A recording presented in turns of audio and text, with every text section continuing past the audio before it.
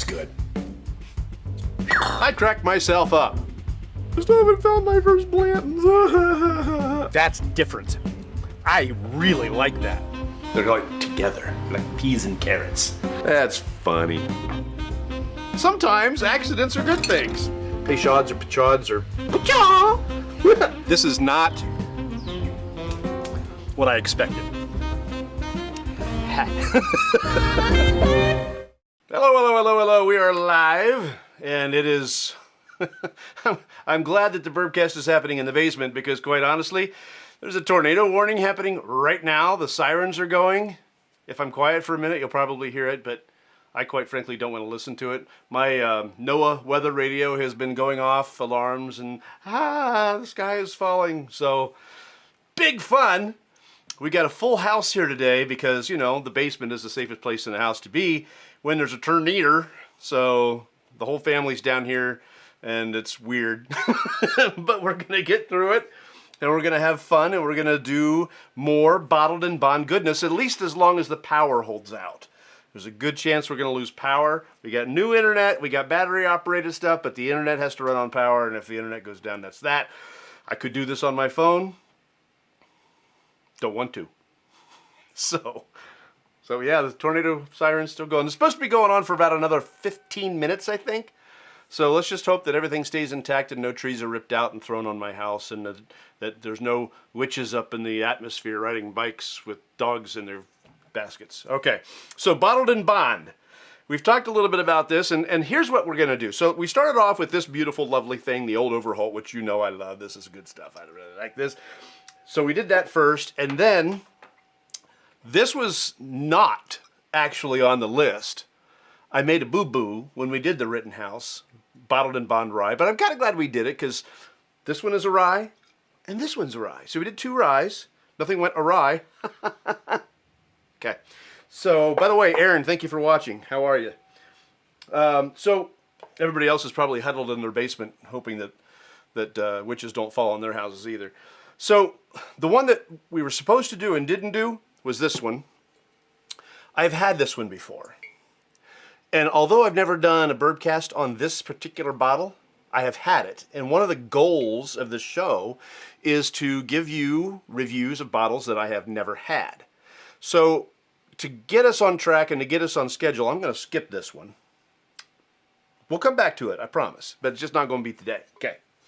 So that goes over here. Instead, we're going to give you the star of the show, and that's going to be the 1897 Bottled and Bond. So we'll get this bad boy opened up. It's going to be one of those, I bet you. I can't find the thingy. The perf. Is that the perf? That's the perf. Found the perf! Yay! All right, so Old Forester 1897 Bottled and Bond is crafted in honor of a watershed moment in bourbon history. The U.S. Bottled and Bond Act of 1897.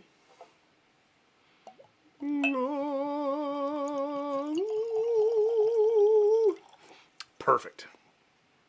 Leave that cork off, let it breathe a little bit. This expression follows the Bottled and Bond standards that a whiskey must be aged in a federally bonded warehouse for at least 4 years. The product of a single distillation season, one distiller, and from one distillery, bottled at 100 proof. Concept behind these regulations, the idea of sealed-in quality, was something the Old Forester introduced in 1870 as America's first bottled bourbon. Now, I'm going to go back to the whiskey photo and show you this, and we're going to talk a little bit about the Bottled and Bond Act.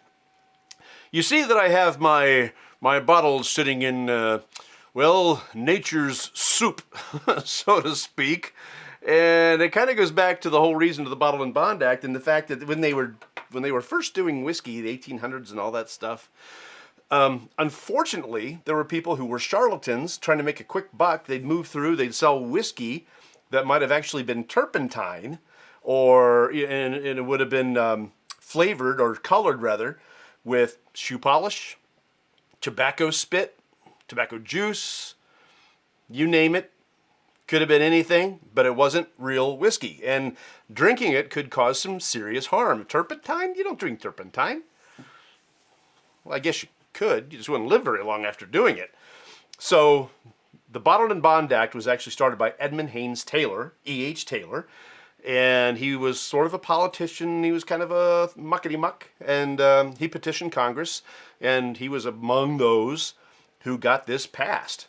And it was to create some regulations that would make sure that people who bought bourbon, particularly bottled and bond bourbon, would know that it was inspected and it was the real deal. Had to sit there for 4 years. It couldn't be coming out of somebody's gasoline tank, colored with something, and then sold right there on the spot. I know there wasn't any gasoline in 1897. I get it. Shut up. Okay, so the 1897 Bottled and Bond is the second expression out of the Whiskey Row series from Old Forester. This is an Old Forester shirt, by the way. I did get this at their distillery. According to the neck tag on the bottle, this small batch craft expression will be presented in a lightly filtered old style, reminiscent of a 19th century bourbon, rich and bold in barrel character. The 1897 in the name, of course, pays homage to the year that Bottled and Bond Act was passed. While the bourbon itself pays tribute to the historical Bottled and Bond bourbon Old Forester actually produced at the time of the act. So there you go. History in my mouth. All right. Mike is watching and Brian is watching. Hey, Brian, how are you? Good to see you here. All right. I'm done reading. We can take those off. Me taking the glasses off, of course, is one for your bingo square if I ever get the bingo started. Okay. Whoo, that's got some nose now. Now, that's a pretty decent pour, too. I'm not lying. That's a decent pour. We'll probably use this for everything, including the water and the ice. So, well, no, I can't do the ice, but we'll do the water on this one. So it has just a slight astringency. Again, I've not tried this one before, and this is a fresh crack. So this would be called the neck pour. The astringency, though, it isn't like you might think. It isn't like totally medicinal. It doesn't have that rubbing alcohol type of sensibility to it, that turpentine sensibility to it. It'd be really funny if it did, though, considering the Bottled and Bond Act and what it was supposed to do. That would be funny if it did. So, anyway, we'll keep going. Really nice caramels on here, or here's one for your bingo square. Caramel, if you have a degree. Some really nice cinnamons to it. There's a oak hiding behind it. Not severely oaky, at least not on the nose. Those sirens are still going. It's like totally dark outside. I was fishing at this time last night. It was nice out.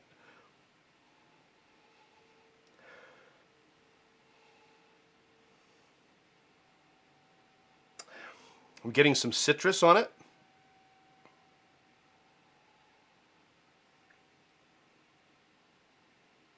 I'm not hearing anything outside going thumpity thumpity bumpity bump, so maybe we good. But if there's a tornado warning, one of two things happens. Either they've spotted a funnel on the ground or they're seeing rotation on radar. And from what I'm gathering, they saw rotation on radar, which triggered all this. I don't think anything was seen on the ground. So let's hope it's just much ado about nothing, right? Let's hope nothing touches down. They were warning about this yesterday, that we might have tornadic activity, so I digress. Let's get back to it. There's a sweet note in there.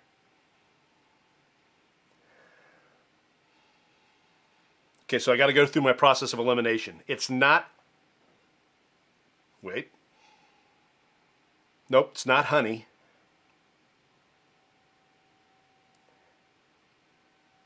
It's not maple syrup. Maybe a very slight nose of brown sugar. Very, very slight. You got to look for it. I know there's something sweet in there. I just can't place it, and I think it's going to be brown sugar. All right. Let's get into it.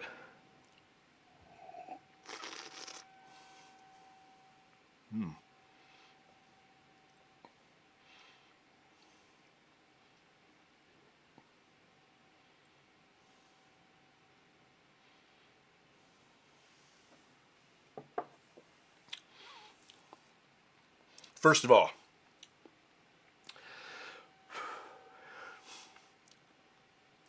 the bloom is slow, very slow. But once it catches up with you, it punches higher than its weight. That burn, that bloom that I call it, reminds me of the bloom of something of a much higher proof. It's very slow. It's like it took almost that entire 10, 12 seconds to fully express itself. But once it did, it did. I mean, it was a slow rise, you know, really very, very interesting. Yeah. Mouth feels good. My first impression of flavor, nothing like the nose. The nose had some traditional pieces to it. It had a low oak. It had a sweetness to it. My first impression from my first dram of this that I've ever had was not like that. I got a lot of oak on the palate. So now that I've had the opportunity to prime the palate, let's get back to it.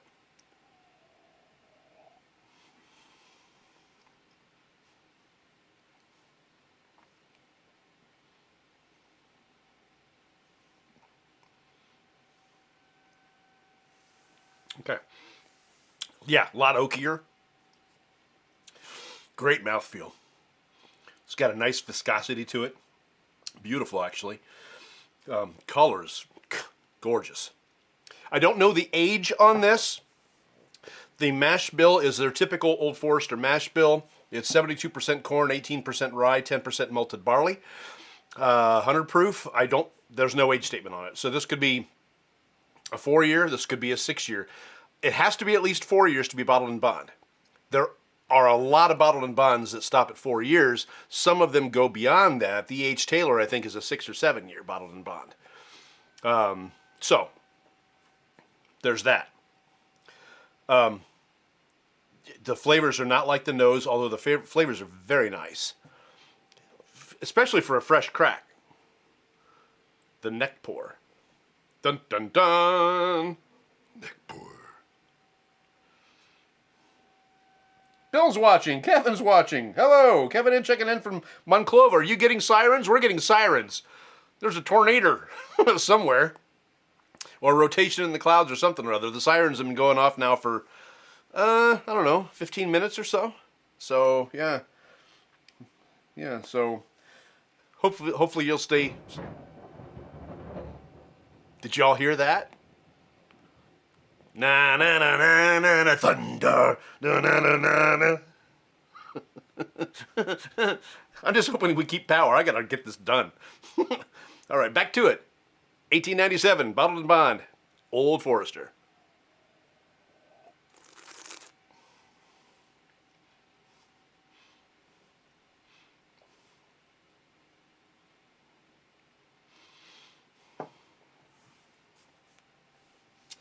Okay, it's not sweet. There is a little bit of that brown sugar presence here, but there are some tobacco notes that take over. Maybe even a little raisin. Whatever I got, that citrus that was on the nose is not there on the palate.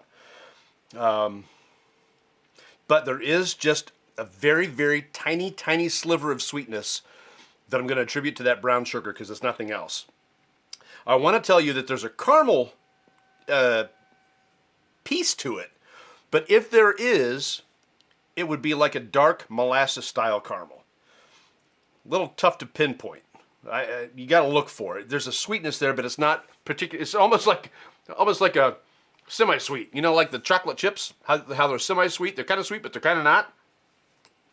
Although it's not chocolate, it's what I'm kind of thinking might be more of a molasses. Which, if you've ever had molasses, and until you put it in something, it's not particularly sweet. It can be a little bit on the bitter side. This is not bitter. It's got that sweetness to it, like an expressed molasses. But yeah, this is a unique pour. There aren't a lot of other pours that I have experienced that are like this, which is definitely a testament to what I like about it. Great mouthfeel, great bloom, great nose, great flavors, just not the same as the nose. Now, once this opens up, it could be a lot different. So let's do that. Let's open it up a little bit, shall we? Let's do that. see what happens when we add a milliliter. You know what I could do? I got my new thingy thing. It's from Glencairn, and I'm a fanboy. I'm just a dork. So I'm gonna use this. I think I stick it down in the water. I may not get a full milliliter, but and I put my finger over it, and then oh, I didn't get very much in there, so we're gonna add a little bit more like that. Okay, the sirens might be ending now. Of course, after we get that really big thunder crash, now they end the sirens.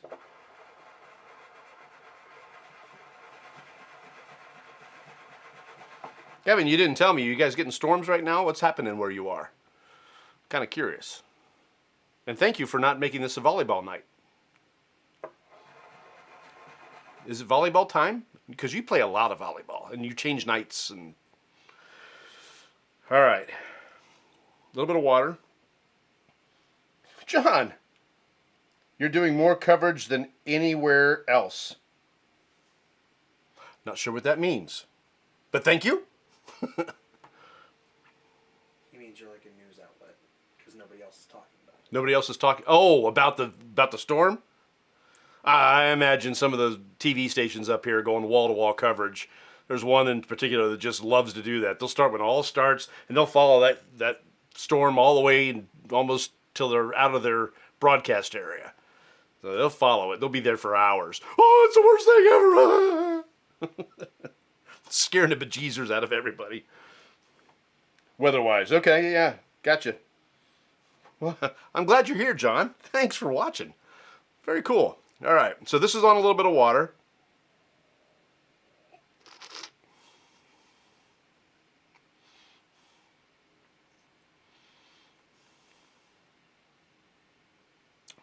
More like the nose now. Now I know what to look forward to. This is going to sit for a while. I'm not going to touch it. Going to add it to the menagerie behind me. And then when I come back to it, it's probably going to be a little sweeter. Those brown sugar notes are coming out really nice now. I'm getting a sweeter caramel. Maybe a touch of honey, which I didn't catch before. The oak is now sedate. It's going to the back, whereas before the oak was present. Adding a little water to it changed this quite a bit.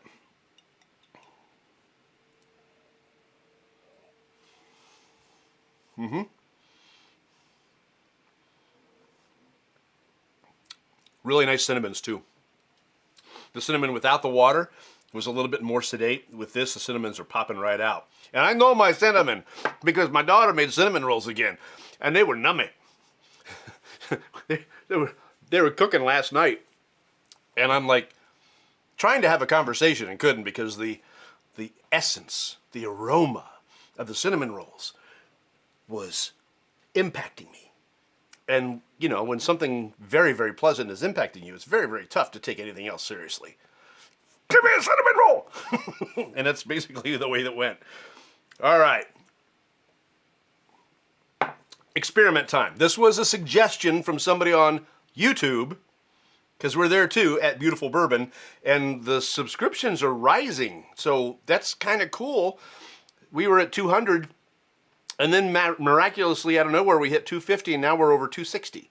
So, you know, it's slow growing, but it's been fun. But anyhow, somebody there suggested that I try to do an ice sphere in a Glencairn, because they were concerned that changing glasses might affect the flavor on ice. I wash all my glasses the same way, with the same soap. Rinse, I hand wash everything. So I would have difficulty believing that there's that much of an impact, but in case there is, we're going to try it. Maybe. This is the this is the other ice. Let's try it over here. The other ice mold maker thingy that I got from Wintersmiths, and I don't love it. I wanted to love it. All the different shapes were kind of exciting to me. And, but, I mean, look at this. you have to fill it up with water like all the way, especially to get the small spheres. And even the big spheres, there's a lot of water being used. Now, will this fit in the Glencairn? Yes. Put that down there. So that will be the ice sphere. I'm going to have a mess that we're using.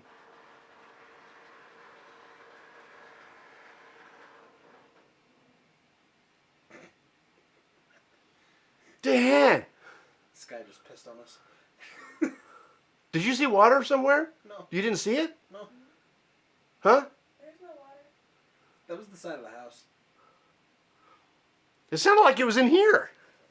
Well, the side of our house has plastic on it. It might have even been from the rain gutter. Oh, it could have been from the gutter. You're right. All right. Somewhere I had my trusty paper towel. It has now disappeared. Oh no! The paper towel I've used for everything is gone. All right, putting this on a little bit of ice.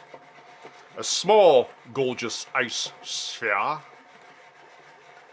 I have one of the bigger ones here too, but it's not going to fit in there. And I did bring it down another glass, but this guy wanted me to try it, so I said, okay. Everything for the fans. All right, here we go.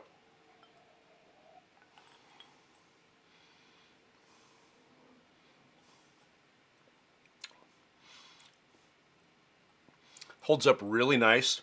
Flavors are great. Not a lot of ice, so the surface area is small. It did get very cold very fast, which is not what happens with the larger ice sphere.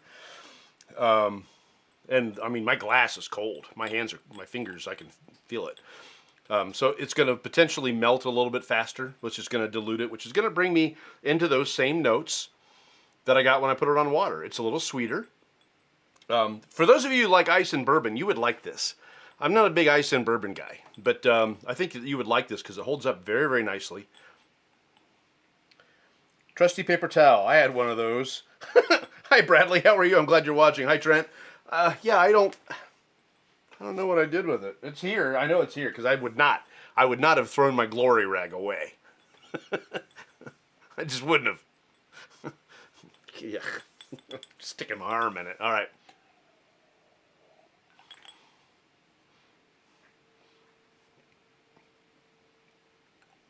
Got those really sweet notes. Everything is in balance. Now you're muting the flavors, of course. It's on ice and it's getting really, really cold really, really fast. So you're muting the flavors, but the flavors are nice. And they're really kind of coming together.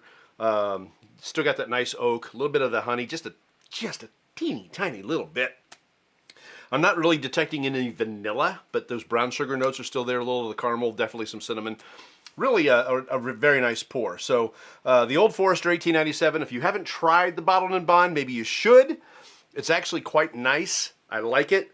This was a bottle that was gifted to me. He had found out that I had never had this one. This is years ago.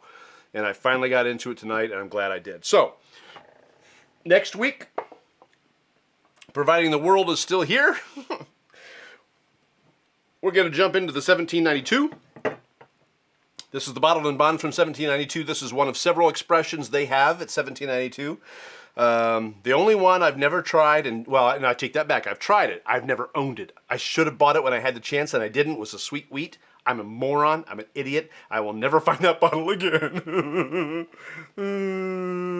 But I got the Bottled and Bond. We're going to be doing this one, and then we'll wrap up the whole series with this one right here, the Jep the Creed, Bottled and Bond.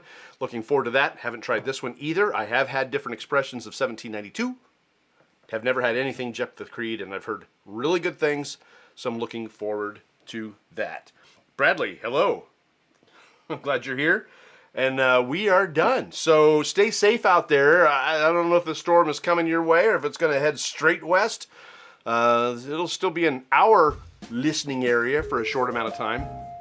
So if you have a basement and you hear the sirens, head down there. Maybe open a little something. Have yourself a safe little drink. Safe for you. You're at home, out of the storm. Safe. That's all I got. All right, guys. I appreciate you being here. Thank you so much, and we will see you next week with the Bottled and Bond from 1792. See ya.